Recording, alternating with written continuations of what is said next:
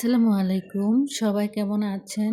I hope সবাই অনেক বেশি ভালো আছেন। আলহামদুলিল্লাহ আমিও আমার পরিবার-পরিজন নিয়ে ভালো আছি। এই তো প্রতিদিনের মতো আবার একটু নতুন ব্লগ নিয়ে এসেছি আপনাদের মাঝে। আশা করি আজকের ব্লগটা আপনাদের অনেক বেশি ভালো লাগবে। এটা ছিল আরকি সকালে ভোর রাত্রে আরকি খাওয়ার পর ফজরের নামাজের পর আরকি আমি এখানে একটু কোরআন শরীফ তিলাওয়াত করছিলাম।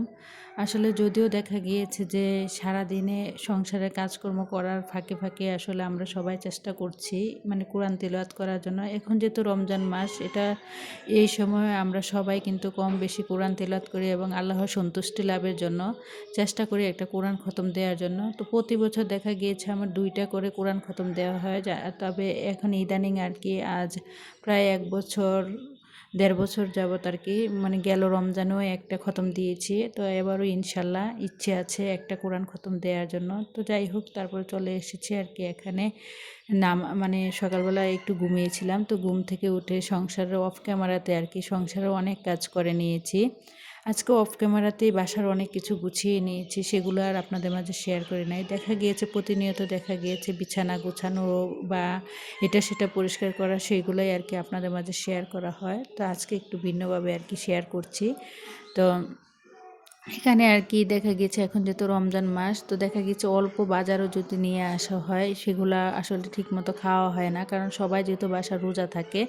দেখা গিয়েছে যে টমেটো এনেছিলাম অনেক দিন আগে, দেখলাম যে টমেটোগুলো নষ্ট হয়ে যাচ্ছে। তো ভাবলাম যে টমেটোগুলো যদি একটু ফ্রোজেন করে বুদ্ধি করে রেখে দিই, এতে করে দেখা গিয়েছে আমাদেরই কিন্তু সংসার খরচটা অনেকটাই কম লাগবে। দেখা গিয়েছে যখন মানে এগুলো আর থাকবে না বা দাম দিয়ে যখন কিনে খাবো তখন আর দাম দিয়ে কিনে খেতে হবে না, তখন কিন্তু ফ্রিজ থেকে নামিয়ে আমরা যে কোনো তরকারিতে ব্যবহার করতে পারবো আর কি। তো এখানে আর কি কালো বেগুনও নিয়ে এসেছিলাম। তো কালো বেগুনগুলোকে আর কি আমি এখানে ভেবে মাঝখান দিয়ে একটা করে কেটে রেখে দিচ্ছি, কারণ এগুলা দিয়ে আর কি বেগুনি বানানো হবে। তো বেগুনের জন্য আর কি লম্বাটা যেহেতু লাগে লম্বা, তো যার কারণে আর কি এইভাবে করে আমি আমার প্রয়োজন অনুযায়ী আর কি কেটে নিচ্ছি। আসলে আজকের ভিডিও টাইটেল এবং থাম্বনেল দেখে হয়তো বুঝতে পেরেছেন। আসলে টাকা পয়সা এমন একটা জিনিস, মানুষের জীবনে যার টাকা নাই তার জীবনে কোনো সুখ শান্তি কোনো কিছুই নেই। এই পৃথিবীতে সবচেয়ে আপন যদি কোনো জিনিস থাকে সেটা হচ্ছে টাকা পয়সা। টাকা পয়সা না থাকলে আপনি সমাজে, পরিবারে, আত্মীয়স্বজন কারো কাছে কিন্তু কোনো মূল্য পাবেন না। তো আমি মনে করি কি প্রতিটা মানুষের জীবনেই কম হোক বেশ হোক মানে টাকা পয়সা থাকা অনেক বেশি জরুরি। টাকা পয়সা ছাড়া এই সমাজে সংসারে আপনার কোনো মূল্য থাকবে না। বিপদে পড়ে দেখেন আজকের দিনে সবচেয়ে আগে প্রয়োজন হবে কিন্তু টাকা পয়সা। তো আজকের ভিডিও টাইটেল এবং থাম্বনেল থেকে হয়তো বুঝতে পেরেছেন স্বামীর অল্প ইনকামে অল্প খরচে সংসার চালানোর সহজ কিছু উপায় বলে দেব।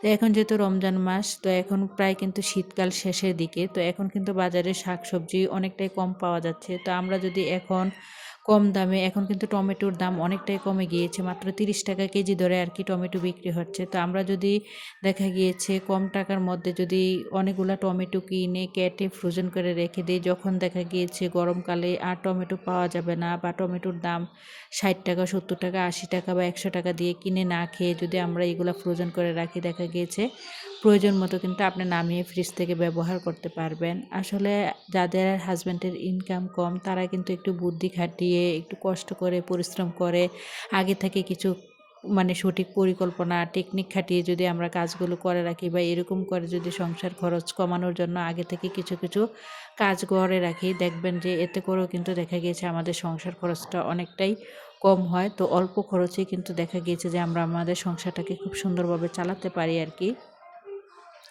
তো দেখলাম বেগুনগুলো এনেছিলাম অনেক দিন আগে, তো বেগুন তরকারি যেহেতু খাওয়া হচ্ছে না, তো বেগুন দিয়ে শুধুমাত্র বেগুনই বানানো হয়। তো যার কারণে ভাবলাম বেগুনের জন্য এভাবে করে একটা বক্সে রেখে দিই, টিস্যু দিয়ে মুছে, দেখা গিয়েছে অনেক দিন চলে যাবে। তারপরে এখানে কিছু মরিচ নিয়ে এসেছিলাম, মরিচগুলো আর কি মানে বোটাগুলা বেছে তারপরে এখন রেখে দেব। ধনেপাতা ছিল, ধনেপাতাগুলো নষ্ট হয়ে যাচ্ছে, ভাবলাম ধনেপাতাগুলো ধুয়ে পরিষ্কার করে তারপর পানি ঝরিয়ে এখানে কুচিয়ে নিয়েছি, এখন আর কি এগুলো ফ্রিজে রেখে দেব। আমরা যারা মধ্যবিত্ত আছে, স্বামীর অল্প ইনকাম, স্বামীর আমরা সবসময় চেষ্টা করি অল্প খরচে সংসারটাকে ম্যানেজ করার জন্য। তো আমি সবসময় বুদ্ধি করে সবসময় চেষ্টা করি কম টাকার বাজার দিয়ে, কম টাকার খরচ দিয়ে কীভাবে আমার সংসারটাকে সুন্দরভাবে চালাতে পারি, কীভাবে কম টাকা দিয়ে আমার সংসারটাকে পুরো মাস চালাতে পারি। আসলে আমরা যদি গৃহিণীর একটু হিসেব করে বুদ্ধি করে আগে চলি তাহলে দেখবেন অল্প ইনকাম দিয়েও কিন্তু খুব সুন্দরভাবে সংসারটাকে ম্যানেজ করা যায়। তো যাই হোক, আপনাদের সাথে কথা বলতে বলতে কিন্তু অফ ক্যামেরাতেই আজকে আমার ছেলেদের রুমটা আর কি গুছিয়ে নিয়েছিলাম। আসলে সবসময় তো একই রকম ভিডিও আপনাদের সাথে শেয়ার করা হয়, তো সবসময় কিন্তু গুছানো দেখানো হয়, আজকে আর দেখালাম না। তো যাই হোক, আসলে আমরা যারা মধ্যবিত্ত আছি তারা যদি আসলে নিজেদের কাজগুলো নিজেরাই করি, একটু পরিশ্রম করে বুদ্ধি করে, যাদের হাজব্যান্ডের ইনকাম কম তারা তো চাইলেই আর হেল্পিং হ্যান্ড খালা দিয়ে কাজ করাতে পারি না। এই যে দেখেন, এখানে কিন্তু আমি অনেকগুলো কাপড় আর কি অফ ক্যামেরাতে ধুয়ে পরিষ্কার করেছিলাম। এই কাজগুলো যদি আমি হেল্পিং হ্যান্ড খালাকে দিয়ে করাতে যেতাম তাহলে কিন্তু তাকে এক্সট্রাভাবে টাকা দিতে হতো।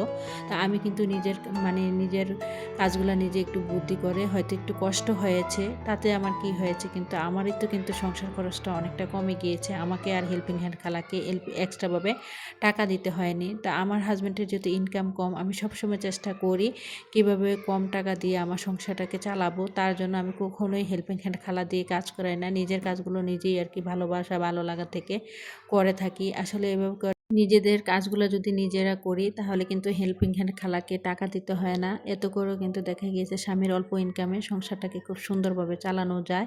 আপনারা চাইলে আর কি নিজেদের সংসারের কাজগুলো নিজেরাই করতে পারেন, হেল্পিং হ্যান্ড খালাকে দিয়ে কাজ না করিয়ে। আসলে সবাই কিন্তু হেল্পিং হ্যান্ড খালার কাজ পছন্দ না, অনেকে আছে নিজে তৌফিক থাকা সত্ত্বেও কিন্তু নিজের সংসারের কাজগুলো নিজেরাই করেন, কারণ সে তার সংসারটাকে ভালোবাসা ভালো লাগার থেকেই কিন্তু আমরা প্রতিটা গৃহিণী নিজ নিজ দায়িত্বে আর কি নিজের সংসারটাকে সামলানোর চেষ্টা করি। আর তারপরে আর কি এখানে আমার মানি প্ল্যান্ট গাছটাকে একটু আপনাদের সাথে শেয়ার করলাম। তো এখানে একটা তরমুজ নিয়ে এসেছিলাম।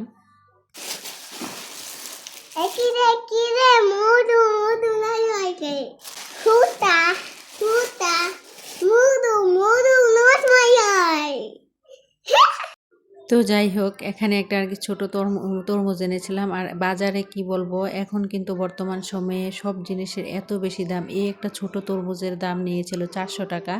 তো তরমুজটা যখন নামাচ্ছিলাম আর কি, আমার মেয়ে কি বললো সবাই তো শুনতেই পাচ্ছেন। তো আজকে কিন্তু ভিডিওতে যখন ভয়েস দিচ্ছিলাম মেয়ের কথাটা শুনে আমি অনেক বেশি হাসছিলাম। তো আমি ভাবলাম যে আমার আপুদের সাথেও একটু শেয়ার করি। তো সবাই কিন্তু মাশাআল্লাহ বলতে ভুলবেন না আমার মেয়ের জন্য। তো যাই হোক, তো তরমুজটা দেখলাম যে এত বেশি ভালো পড়েছে, যেহেতু আমরা ইফতারিতে খেয়েছিলাম আর কি। ভিতরটা কিন্তু লাল টুকটুকে ছিল, আর খাওয়ার পরে দেখলাম এত বেশি মিষ্টি। তো আগের দিন যেহেতু খেয়েছি, পরের দিন যেহেতু ভিডিওতে ভয়েস দিচ্ছি, যার কারণে আর কি বলছি। যাই হোক, চলে আসি ভিডিওর মূল টপিকে। তো আমরা যারা মধ্যবিত্ত, আমি মনে করি কি যে কোনো জিনিস কেনার আগে অবশ্যই যাচাই বাছাই করে কেনাকাটা করবেন।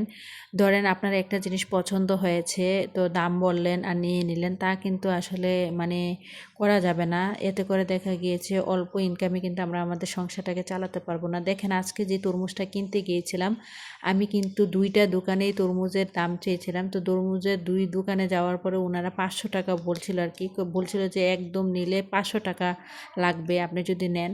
তো আমি কি করেছি, একটু অনেক দূরে, আবার দেখা গিয়েছে আমি যেখানে থাকি এখানে আর কি 2 জায়গায় কিন্তু ফল পাওয়া যায়। একটা হচ্ছে আমার বাসার খুব কাছাকাছি, আরেকটু হচ্ছে 10 মিনিট হাঁটার পর আর কি। তো আমি ভাবলাম এখানে যেহেতু ওনারা এত বেশি দাম চাচ্ছে, আমি একটু দূরে গিয়ে দেখি। তো আমি যেখানে 10 মিনিট হাঁটার পর ওইখানে গিয়ে দেখলাম এই তরমুজের দামই কিন্তু অন্য জায়গায় বিক্রি করছে 400 টাকা দামে। তো দেখেন, আমি যদি একটু বুদ্ধি করে কষ্ট করে যদি এই 10 মিনিটের রাস্তা যদি হেঁটে না যেতাম তাহলে কি 100 টাকা কম পেতাম? তাহলে আমি মনে করি কি প্রতিটা গৃহিণী যখন বাজারে যাবেন বা প্রতিটি ভাইয়া যখন বাজারে যাবেন, সবসময় যাচাই বাছাই করে অবশ্যই একটা জিনিস কেনার আগে যাচাই বাছাই করে কিনবেন। দেখেন, আমি যেহেতু একটু যাচাই করে কিনতে গিয়েছি, একটু হয়তো আমার একটু কষ্ট হয়েছে। এতে কি হয়েছে, আমার তো 100 টাকা কিন্তু আসলে বেঁচে গিয়েছে। অন্য জায়গায় কিনতে গেলে দেখা গিয়েছে 100 টাকা বেশি দিয়ে কিন্তু আমাকে এই তরমুজটা কিনতে হতো 500 টাকা দিয়ে। কিন্তু আমি নিজে একটু কষ্ট করে হাঁটার কারণে, একটু যাচাই বাছাই করার কারণে কিন্তু আমার 100 টাকা বেঁচে গিয়েছে। তা এই যে দেখতে পাচ্ছেন বেসনটা, এই বেসনটা কিন্তু আমি কালকে গুলিয়ে রেখেছিলাম। তো চাইলে কিন্তু বেসনটা আমি ধুয়ে পরিষ্কার করে ফেলে দিতে পারতাম, কিন্তু না, আমি এখানে একটু বুদ্ধি খাটিয়েছি। এই যে আলু পাতলা করে কেটে নিয়েছিলাম আর কি, আজকে একটা অন্যরকমভাবে আলুর চপ বানাবো। কখনো কিন্তু এটা ট্রাই করিনি, তবে আজকেই ফার্স্ট টাইম। আলুগুলোকে পাতলা করে কেটে লবণ দিয়ে, হলুদ মরিচের গুঁড়া দিয়ে অনেকক্ষণ মেখে রেখেছিলাম, যার কারণে কারণে আলুটা নরম হয়ে গিয়েছিল। তো এই বেসনটা দিয়ে আর কি এখন মানে ভেজে নিচ্ছি। আর বেসনটা কিন্তু আমি নর্মাল ফ্রিজে বক্সে করে রেখে দিয়েছিলাম আর কি। তো আসলে আমরা গৃহিণীরা পারি না এমন কোনো কিছু না। মানে আপনি যদি আপনার সংসারটাকে চালানোর দায়িত্ব আপনার কাঁধেই থাকে, আপনি সবসময় চেষ্টা করবেন কম টাকা দিয়ে, অল্প টাকা দিয়ে, অল্প টাকার বাজার দিয়ে, অল্প টাকার খরচ দিয়ে সবসময় আপনার সংসারটাকে চালানোর জন্য। তো আমি সবসময় চেষ্টা করি যখনই বাজার করতে যাই, যাচাই বাছাই করে যে কোনো জিনিস কেনার আগে অবশ্যই যাচাই করে তারপরে কেনাকাটা করি। ধরেন আমার একটা ড্রেস পছন্দ হয়েছে, এখন যেহেতু ঈদ চলে এসেছে, তো সবাই কিন্তু ঈদের মার্কেট অবশ্যই করবেন।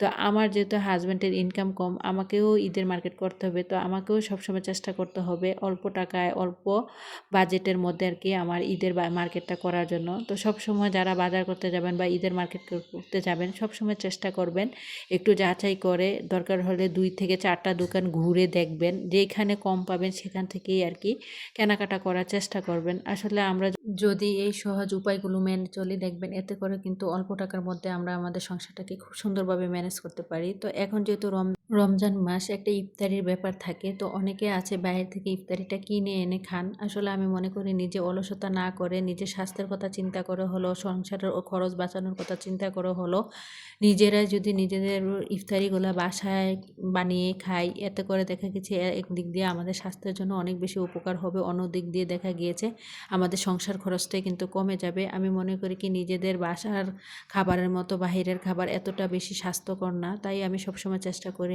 আমার বাসায় নিজেই কিন্তু নিজের হাতে সবসময় ইফতারি তৈরি করার জন্য। কারণ আমার ছেলেরা যেহেতু রোজা থাকে, আর সারাদিন রোজা থেকে যদি স্বাস্থ্যকর খাবার না খাই, এতে করে দেখা গেছে আমাদের সংসার মানে শরীরেরই ক্ষতি হবে। আর অসুস্থ হলে ডাক্তারের কাছে যেতে হবে, ডাক্তারের কাছে গেলে দেখা গিয়েছে যে ওষুধ কিনতে গিয়ে নিজেদেরই কিন্তু অনেকটা টাকা চলে যাবে। তাই অলসতা না করে একটু কষ্ট করে হলো সবসময় চেষ্টা করবেন বাসায় ইফতারিগুলো বানিয়ে খাওয়ার জন্য। তো এতে করে কিন্তু আমাদেরই সংসার খরচটা অনেকটা কমে যাবে। তো এইভাবে করে কিন্তু অল্প ইনকামের দিয়ে, অল্প খরচ দিয়ে কিন্তু আমি আমার সংসারটাকে চালাই। আপনারা চাইলে এই সহজ উপায়গুলো মেনে আপনাদের সংসারটাকে চালাতে পারেন। তো ভিডিওর এই পর্যায়ে এসে একটা লাইক চাইতে কিন্তু আজকে ভুলে গিয়েছি, তো প্লিজ সবাই কিন্তু একটা লাইক দিয়ে দেবেন। তো এখানে কিন্তু ইফতারের আয়োজন কমপ্লিট হয়ে গিয়েছিল। আজকের ইফতারিতে বিরিয়ানি ছিল, আর হালকা ভাজা পোড়া জিনিস, আর তরমুজ ছিল। আর বিরিয়ানিটা কিন্তু আমার পাশের বাসার ভাবি দিয়ে গিয়েছিলেন। তো ইনশাল্লাহ আমারও কিন্তু ইচ্ছে আছে সবাইকে ইফতারি দেওয়ার জন্য। আমি কিন্তু প্রতি বছরই সবাইকে ইফতারি দেই কম বেশি। তো যাই হোক, আমার পরবর্তী ভিডিও দেখার আমন্ত্রণ জানিয়ে আজকের মতো ভিডিওটা এখানে শেষ করলাম। সবাই ভালো থাকবেন। খুদা হাফেজ। আসসালামু আলাইকুম।